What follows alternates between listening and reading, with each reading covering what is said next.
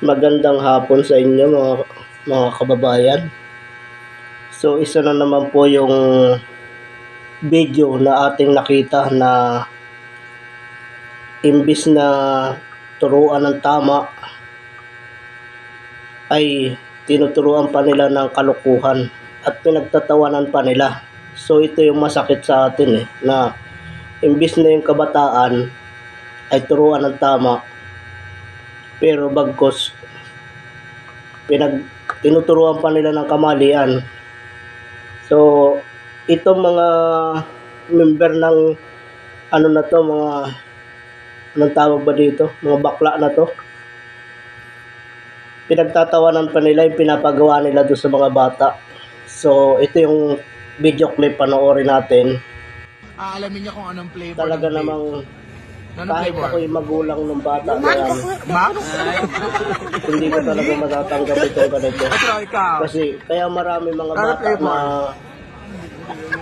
maaga pa na na sila sa mga masasamang gawain, sa mga bisyo. So panoorin natin itong video clip na to. Marami na sinda, marami.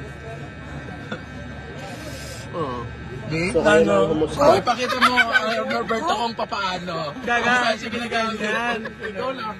Ginawan pa talaga nila ng video.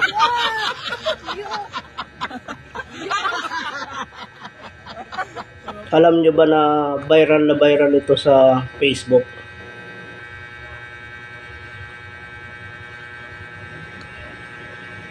Nakakapag-init ng ulo.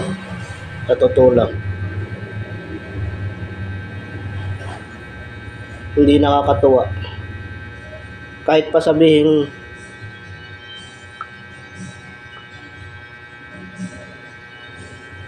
sabihin na katatawanan to, kabibiruan lang, biruan lang.